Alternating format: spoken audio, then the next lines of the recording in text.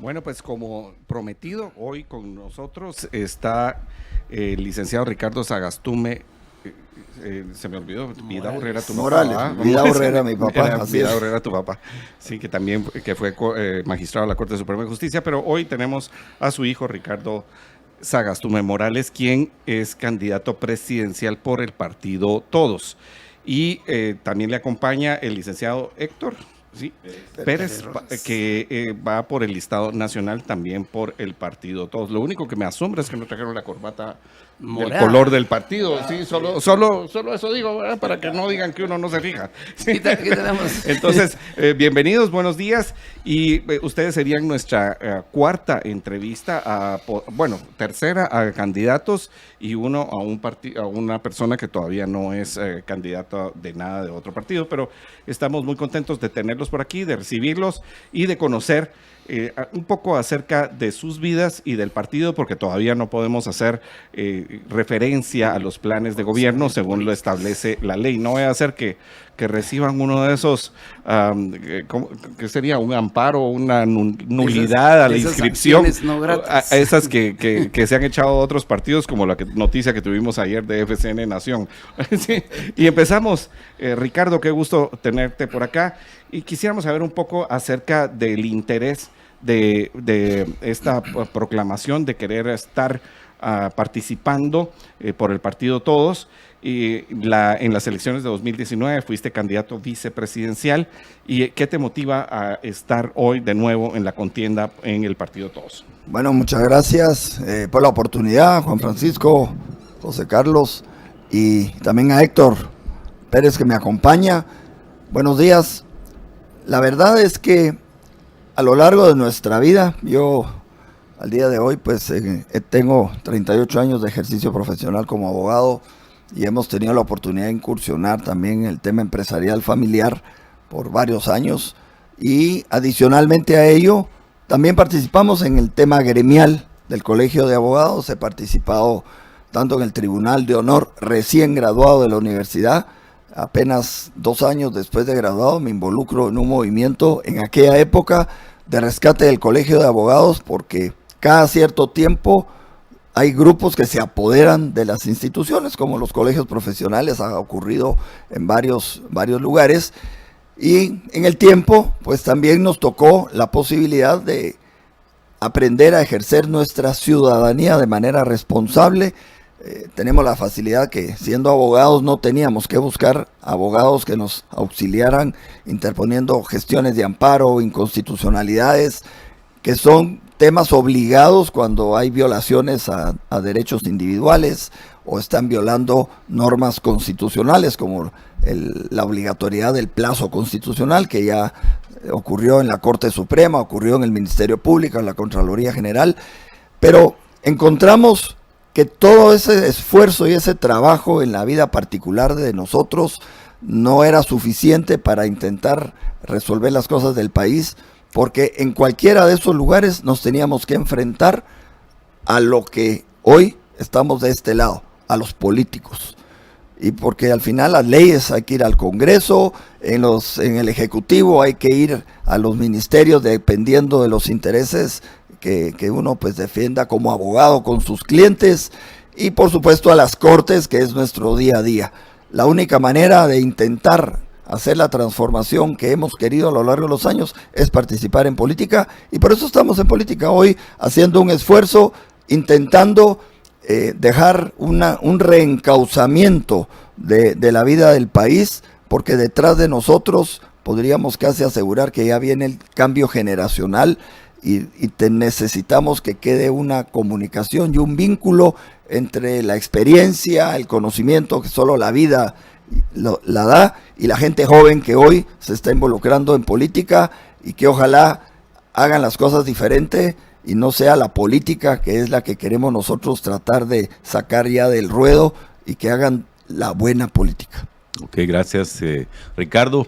Héctor, a ver, contanos un poquito de tu background ahí para que nuestros estimados amigos oyentes también conozcan un poco de tu trasfondo en la vida particular y también en estas lides políticas, por favor. Pues a tu orden, muchas gracias y de verdad muy gentiles por la invitación y tratar de compartir aquí con la audiencia de ustedes. El término en el cual estamos metidos, hemos participado un poco en el tema de la academia, hemos estado metidos en el ámbito empresarial y en el ámbito comercial.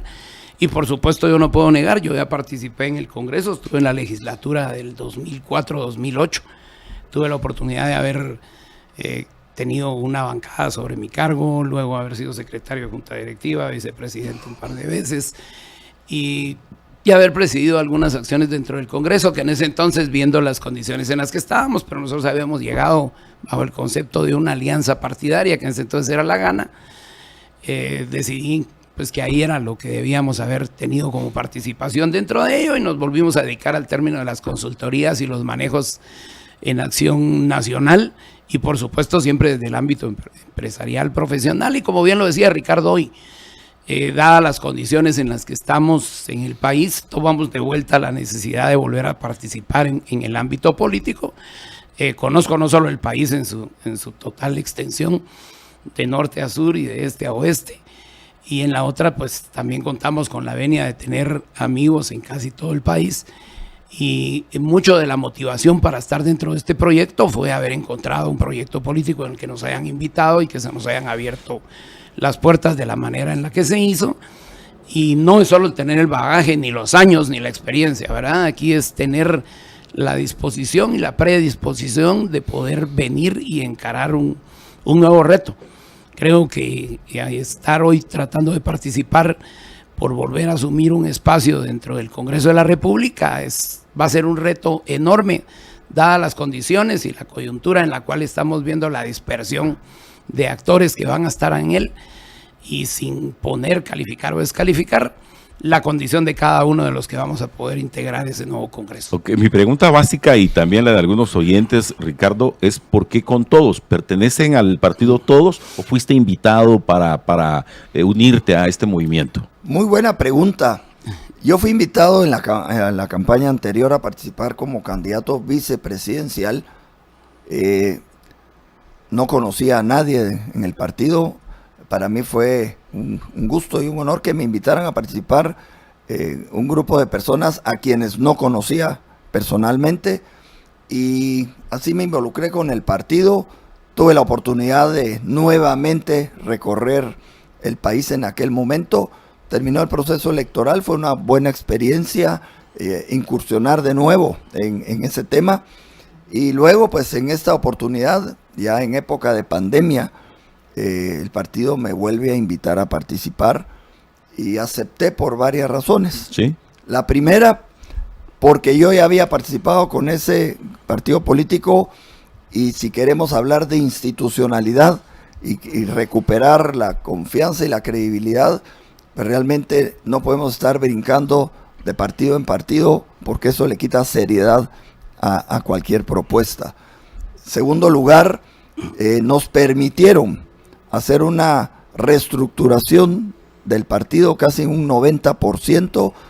Cuando hablo reestructuración es que en los 17 departamentos con que hoy cuenta el partido y más de 104 municipios legales, lo cual constituye el partido más estructurado, más grande y más fuerte que tenemos al día de hoy.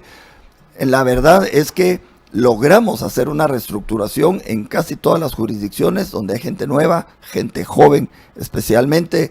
Lo decimos en broma, pero es una realidad.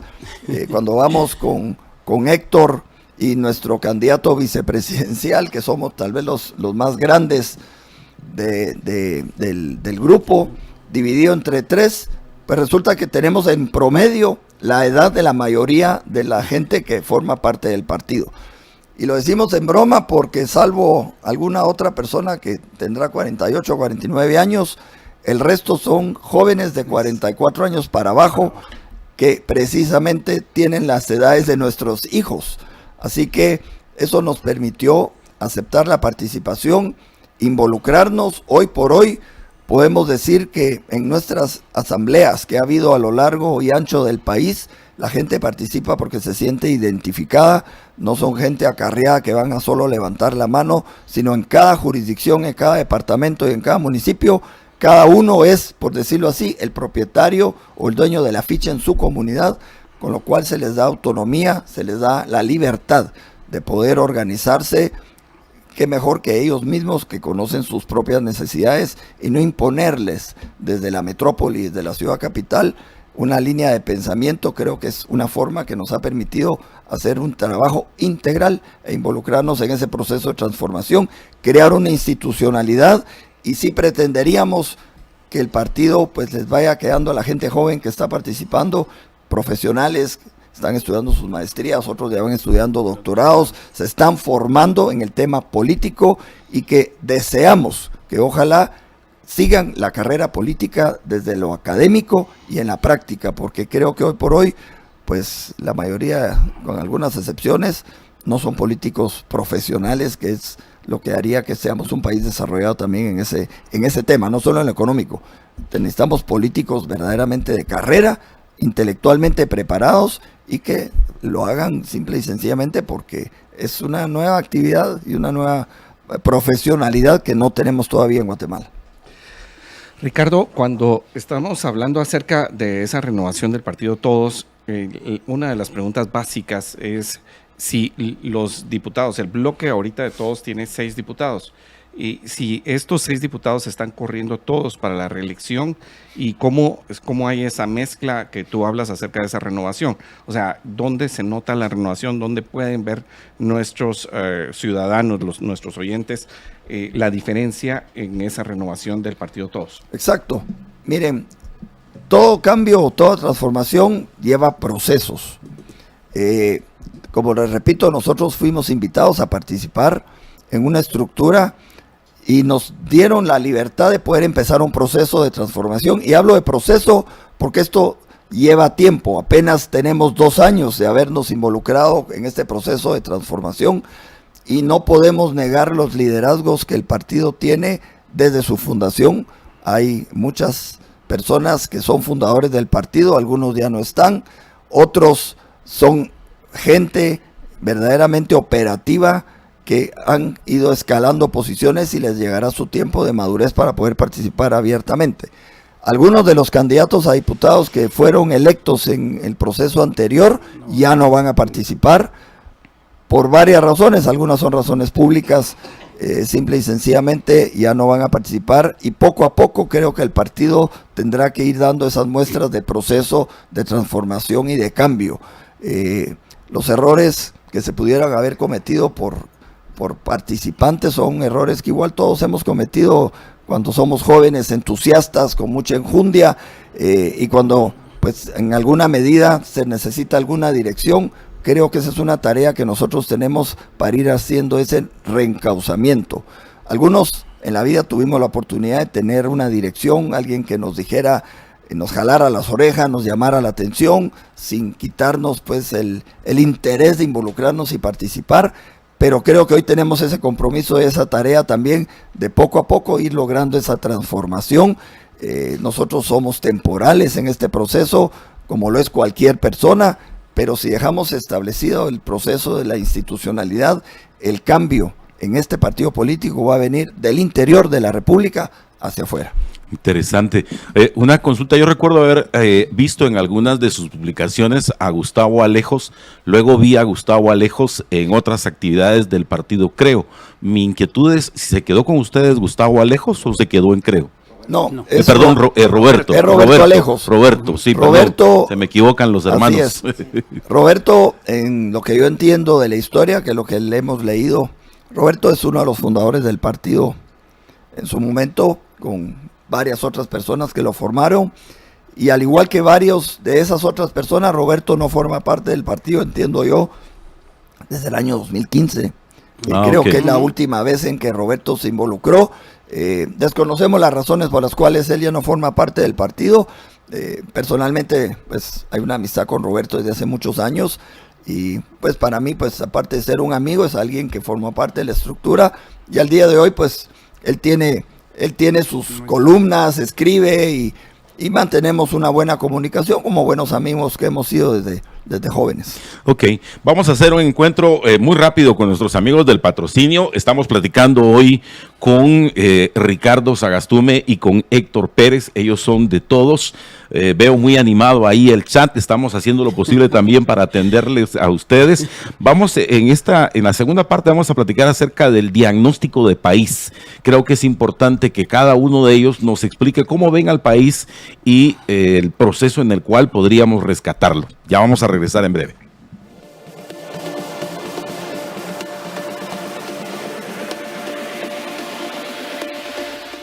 Pues el siguiente enfoque es el diagnóstico de país.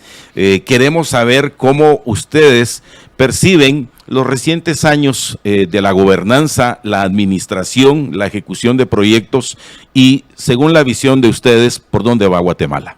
Bueno, yo voy a ser breve en este tema y ya Héctor tiene una visión mucho más integral y completa. Yo la situación del país la veo como una oportunidad porque hemos llegado a lo más bajo y que creo que vamos a seguir cayendo en temas que son fundamentales. La falta de confianza en nuestras autoridades, la falta de credibilidad en las instituciones, y cuando hablo de instituciones es el cargo de la presidencia, de la vicepresidencia, el cargo de ministro, el cargo de diputados, el cargo de jueces, de magistrados.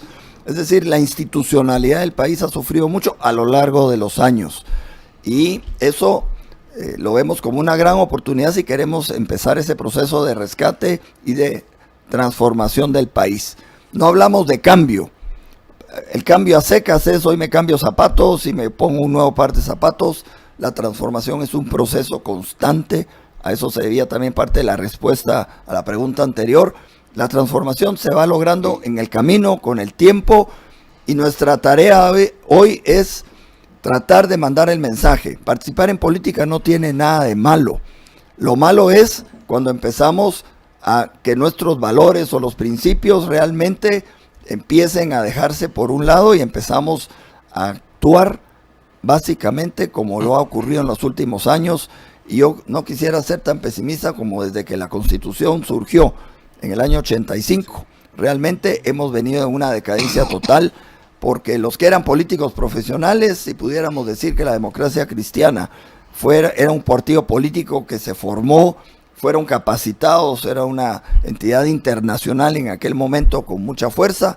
Después de ese gobierno no ha habido políticos de carrera y no ha habido esa formación que hoy estamos insistiendo mucho en nuestras visitas al interior. La formación y la capacitación política es fundamental. La gente pregunta las cosas, que valga la redundancia, preguntan porque no conoce sus derechos, no conoce la Constitución, y la Constitución funciona. Al gobernante le limita el poder y a los ciudadanos nos da la libertad de actuar hasta donde la ley no lo prohíbe, y nos da derechos bien puntuales para exigirle a los funcionarios públicos, que es lo que hemos hecho nosotros desde la calle. Y estamos en esto precisamente para demostrar que los límites al poder los da un libro que se llama Constitución Política de la República. Héctor. Sí, pero miren, clarísimo lo que el licenciado Sagastume nos acaba de recalcar, creo que es lo que nos ha ocurrido. Hemos perdido desde el término constitucional algo que nos ha ido perdiendo la institucionalidad del país, y a raíz de no tener un concepto institucional bien formado, nos hemos ido yendo por criterios antojizos desde el ámbito político, desde el ámbito legal, desde el ámbito puramente inclusive en el término de ley. Y hemos estado en un país en el que la confianza, la credibilidad y la certeza es lo que menos tenemos dentro de lo que manejamos. Ahora, ¿cuál es la búsqueda de intentar plantear un nuevo escenario en el país? Hoy tenemos una desagregación de partidos políticos que lo único que nos lo da es esa falta de institucionalidad que no ha permitido que las organizaciones seamos lo realmente atractivos para tener dentro de nuestros cuadros la mayor cantidad de mejores ciudadanos. Y entonces resulta que se nos ocurre que cada quien podemos hacer, dentro del ámbito, por supuesto, de su debido derecho, la construcción de un nuevo proyecto político, como se le llama ahora a todos aquellos, porque ya ni siquiera son instituciones políticas. Hoy vemos que las gentes se nos cambian de un lado al otro, que tienen la oportunidad y por supuesto que eso es basado en ley, de decidir a dónde y cómo van. Pero cada vez vemos más que el proceso de la institucionalidad se nos cae. Vemos que los partidos políticos son múltiples, que las oportunidades también, pero que los escenarios claros de donde debiéramos tomar acciones y decisiones, como bien lo decía el licenciado Sagastume, se convierte en una gran oportunidad para el país. Hoy creo que estamos inventando bases para que la toma de decisión que tenga que llevarse a cabo a partir del proceso en el que ya está inmerso el país, tenga realmente una salida en la que todos encontremos una buena y una nueva vía para formar eso que hemos perdido, que es la institucionalidad del país.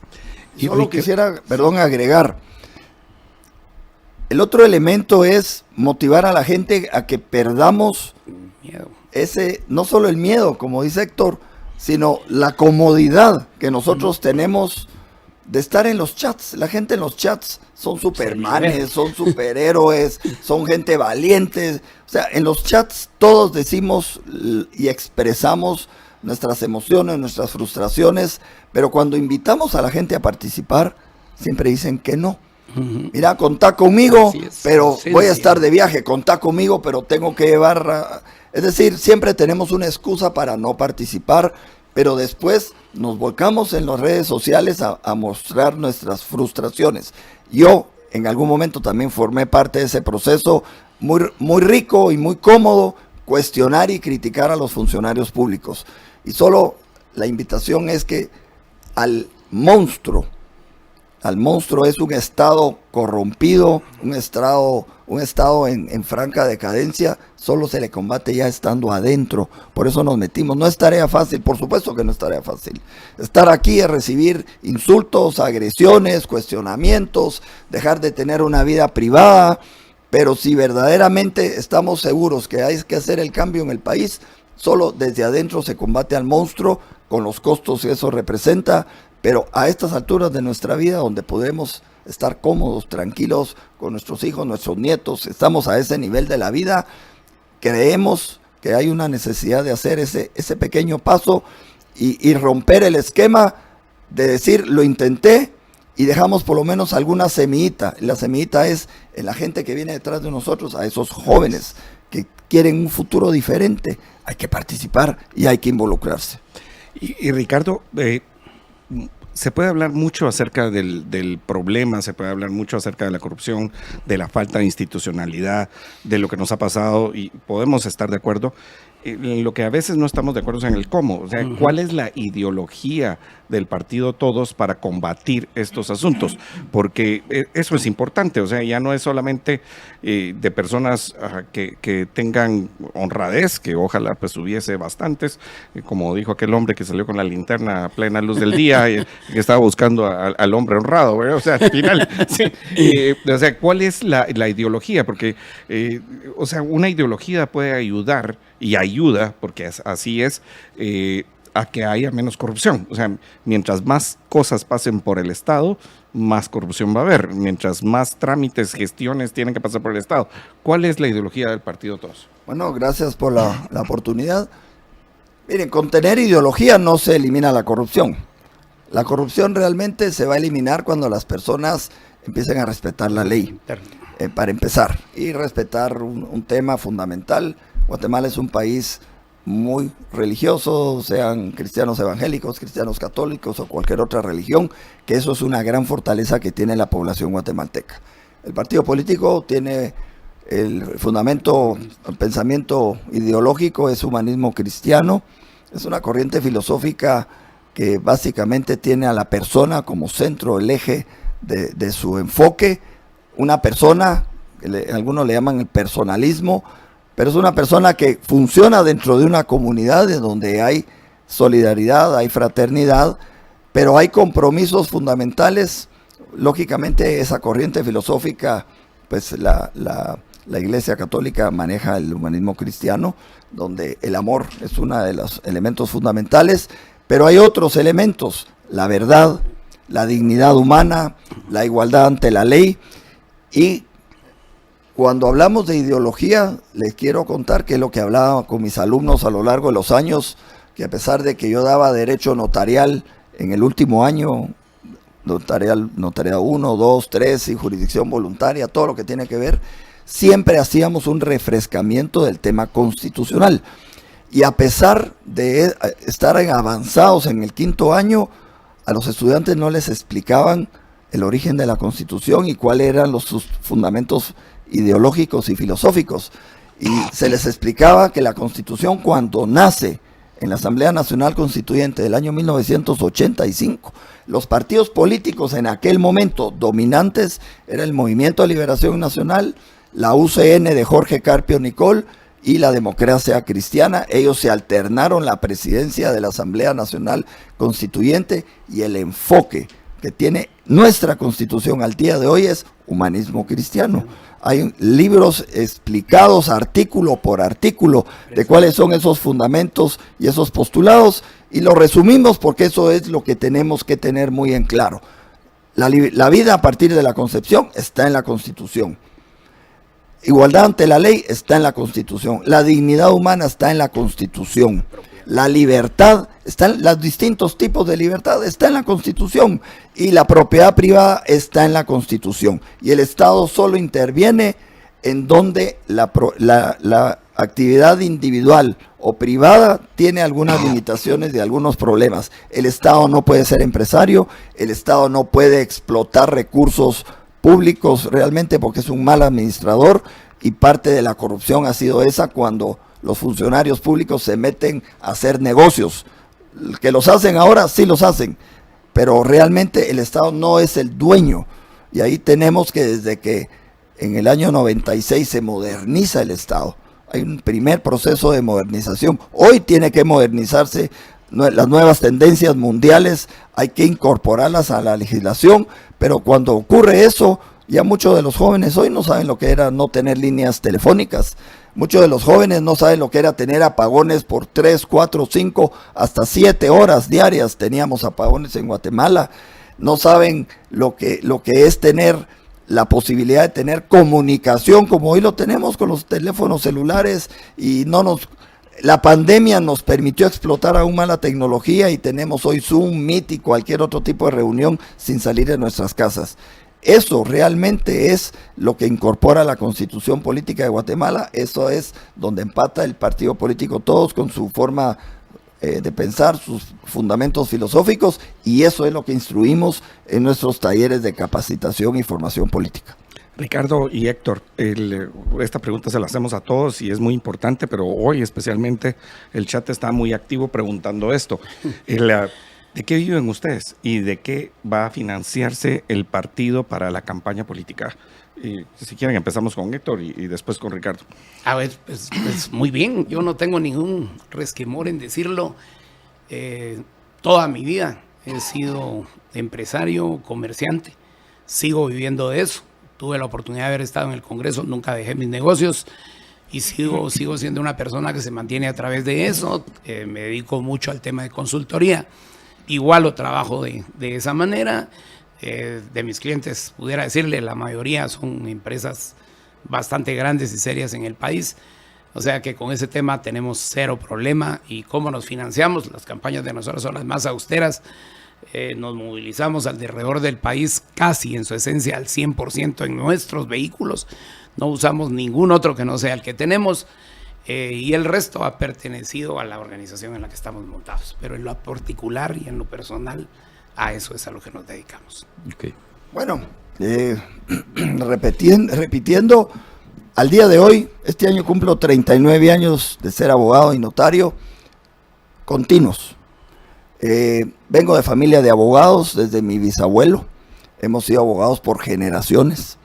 Y luego, pues yo ya no tengo descendencia de abogados hijos, porque esa otra parte de la familia participó en el tema del turismo, el transporte aéreo, y luego yo me involucro al hecho de no tener ya descendencia dedicada a la abogacía, pues me involucro en el tema empresarial, y por años yo presidí la gremial de líneas aéreas en Cámara de Industria. Por 20 años estuvimos, la fundamos desde punto de vista empresarial, somos parte de la fundación de Convex en el aeropuerto, lo que es la terminal de manejo de carga. Eso es un proceso que nace a raíz del ministro de Finanzas de aquella época, que era el doctor Rodolfo Páez Andrade. Él tiene esa visión, nos da ese impulso, y el sector privado nos involucramos varios sectores, la aviación en aquel momento, las agencias de carga, Cámara de Industria, Agexport no era todavía lo que es hoy, Cámara de Comercio, la Gremial de Líneas Aéreas Internacionales, en fin, habían 7 grupos que verdaderamente nos involucramos en ese tema e incursionamos el tema de turismo, el transporte aéreo, y hasta antes de participar acá, en mi oficina profesional estamos trabajando con varios grupos internacionales interesados en invertir en Guatemala, en incursionar en el transporte aéreo. Y me van a decir, pero si Guatemala tiene varias líneas, sí, pero tenemos un transporte aéreo que es cerrado, monopólico, que no permite que verdaderamente el valor de los pasajes sea más accesible a la población. Ir a Petén es carísimo, ir a Puerto Barrios es carísimo, volar al interior del país es imposible, tan imposible como las carreteras, porque hay monopolios. Y tenemos interés en que vengan nuevos grupos empresariales a romper ese monopolio, verdaderamente una apertura de los cielos abiertos, valga la redundancia del concepto. La ley lo permite, los grupos oscuros que tenemos en Guatemala no lo permiten. Y seguimos trabajando para retomar de nuevo y que volvamos a llegar al nivel del 2019 en el tema de cruceros, que es una de las actividades que Guatemala pudiera verdaderamente ofrecer, lo que no podemos tener, y que a la fecha pues tenemos Honduras, que maneja una cantidad impresionante de cruceros, Costa Rica, El Salvador está incursionando, no digamos México, nuestro vecino, pero nosotros pertenecemos a una estructura internacional de cruceros y realmente estamos de nuevo pues apoyando el concepto, porque esa es una nueva oportunidad. Y en el interior del país hemos tenido las solicitudes puntuales de pequeños y medianos empresarios en el interior que quieren administrar ellos su capacidad de hacer negocios. Estoy hablando como Sololá, tiene una riqueza impresionante. Petén, la gente está clamando que Petén se vuelva un aeropuerto internacional de verdad, pero eso el monopolio que hay en Guatemala no lo deja. Huehuetenango, Quetzaltenango, ahí se está intentando de nuevo abrir una ruta en Retaluleu con el potencial que tiene el IRTRA, pero necesitamos que haya más competencia, y eso es lo que nos hemos dedicado realmente en nuestra vida. De eso vivimos, de lo que generamos, de lo que producimos, y vamos a seguir haciéndolo. Me parece muy bien. Nosotros tenemos que ir a un corte, pero los voy a dejar con una inquietud como partido. Entiendo que ustedes han impugnado algunas candidaturas y quiero que platiquemos al respecto de ese tema, pero antes les tenemos información muy importante.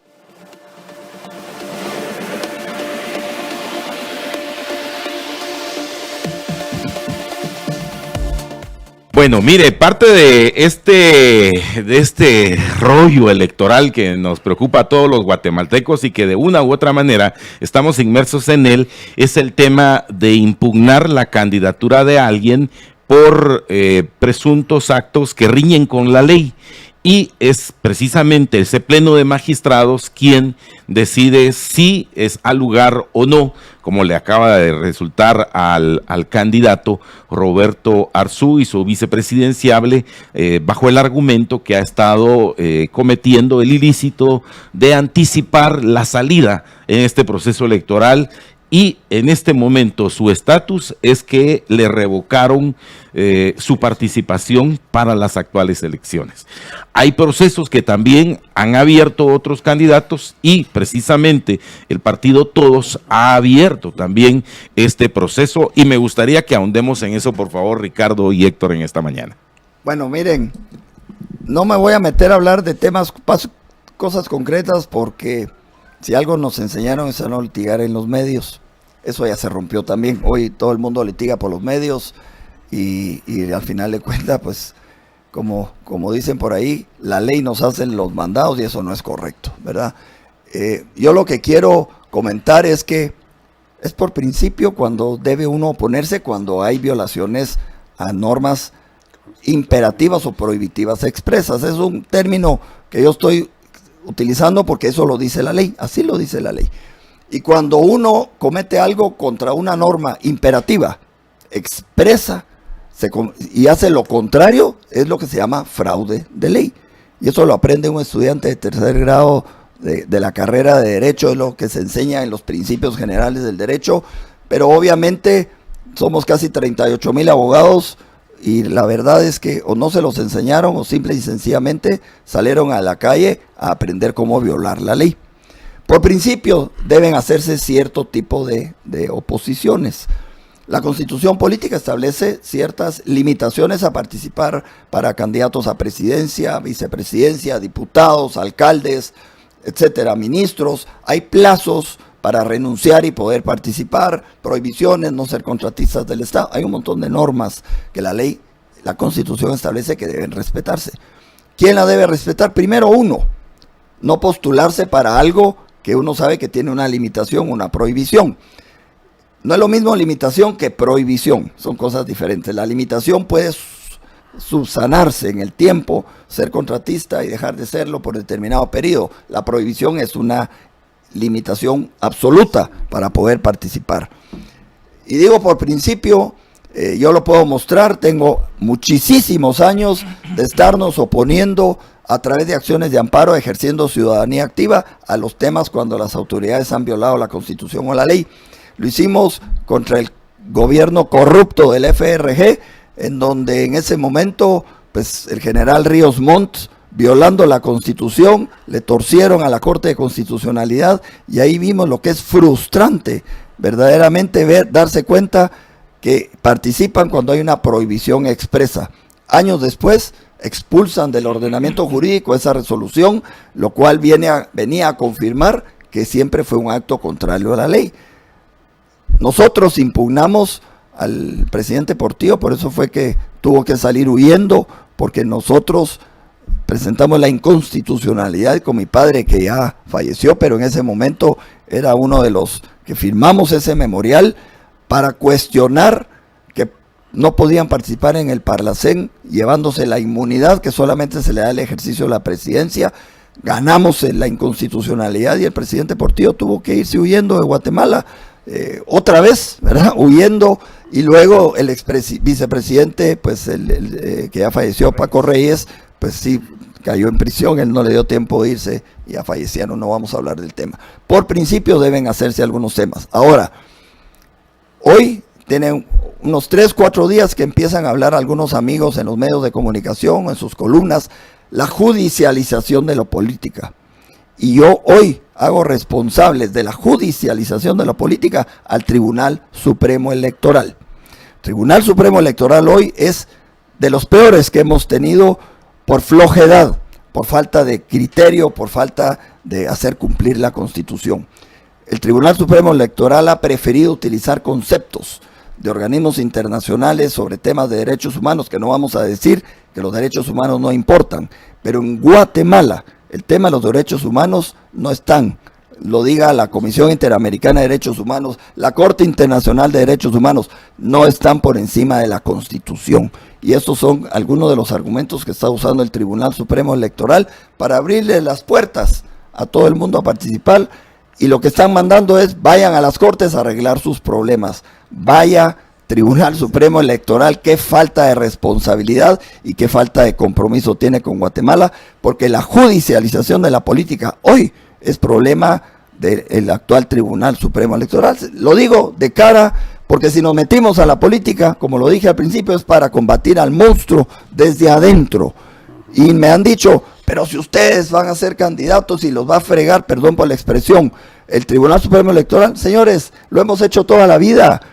Hemos interpuesto amparos contra jueces, contra magistrados de la Corte Suprema, Corte de Constitucionalidad. Los van a arruinar, les van a generar problemas. No, señores, hay que atreverse. La ley para eso está, para cumplirla. Y eso es lo que estamos haciendo hoy, exigiendo al Tribunal Supremo Electoral. Ya es bastante tarde. Creo que hoy el Tribunal Supremo Electoral nos ha dejado a los ciudadanos guatemaltecos un gran sinsabor, como lo hizo Poncio Pilatos, lavarse las manos, y hoy vamos a tener la judicialización de la política, gracias a Pues simplemente ellos prefirieron obedecer mensajes de grupos internacionales a respetar la Constitución. Ellos ya sabrán lo que les espera, pues tendrán que responder ante la ley en su momento, y eso ya será tarea de los ciudadanos guatemaltecos.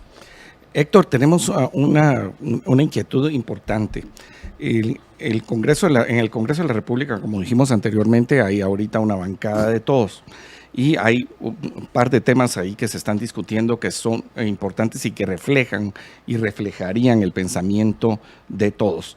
¿Qué se piensa de parte del partido Todos acerca de este posible superministerio de planificación que está próximo a votarse, y especialmente de eso y de los incrementos presupuestarios que se puedan dar en este año electoral? Bueno, es un tema hoy muy de moda. A todo el mundo, por supuesto, los que estamos afuera, nos da hasta miedo pensar en que tuviéramos poder tener una fuerza supra como la quieren hacer a través de esa iniciativa. Primero recordemos, esa iniciativa no está todavía en discusión. No creo que vaya a tener el eco de las agrupaciones políticas. Creo que si era uno de los objetivos de quienes han mantenido el poder en estos últimos meses, fue planteada bastante tarde, y no creo que las instancias vayan a querer y darle soporte legal a través de los votos a esta instancia. Por supuesto, tampoco nosotros olvidamos que la instancia del Congreso es sencillamente, ellos ya fueron electos y la decisión que tienen que tomar en ella es puramente personal, aunque sea la representación de la organización política. Si a mí me lo preguntan, aun y cuando no estoy autorizado para decir ese término, creo que nosotros no vamos a ir como organización política en ese entorno, pero eso es algo que definirá nuestro jefe de bancada y por supuesto los diputados adentro del Congreso. Yo no lo veo coherente, y vuelvo a lo que hice, el comentario que hice al inicio. En este país nos hemos perdido desmaranando la institucionalidad del país, y si realmente nos regresáramos a lo que debiera de ser el Estado como Estado, no debiéramos de seguir creando ni ministerios, ni debiéramos de seguir creando secretarías, aun y cuando el candidato nuestro, el licenciado Sagastume, él lo propuso en la proclama del 23 de octubre, la creación del Ministerio del Migrante, que creo que sí es algo que desconcentraría algunas de las acciones que hemos tenido en el Ejecutivo, y plantearíamos la concentración de algunos niveles de oportunidad para todas esas gentes que tenemos en el exterior, a los cuales les seguimos diciendo de aquí que son lo importante para nosotros por lo que representan en número. Hoy 83,000 gentes que pueden elegir en Estados Unidos, y cada vez seguimos hablando de que son el interés nuestro, cuando nosotros en Estados Unidos podemos hacer cero por ellos, y cuando lo que debiéramos de estarnos haciendo es lo que el licenciado Sagastume nos dijo: pensar en la creación de atracción de inversiones, pero de atracciones reales, no de aquellas que nos digamos como fantasmas, como nos pasaron en el proceso del año anterior, en el que aparecíamos con un Producto Interno Bruto muy alto, producto de la venta entre particulares de algunas empresas y de operaciones que se manejaron dentro de ese tema.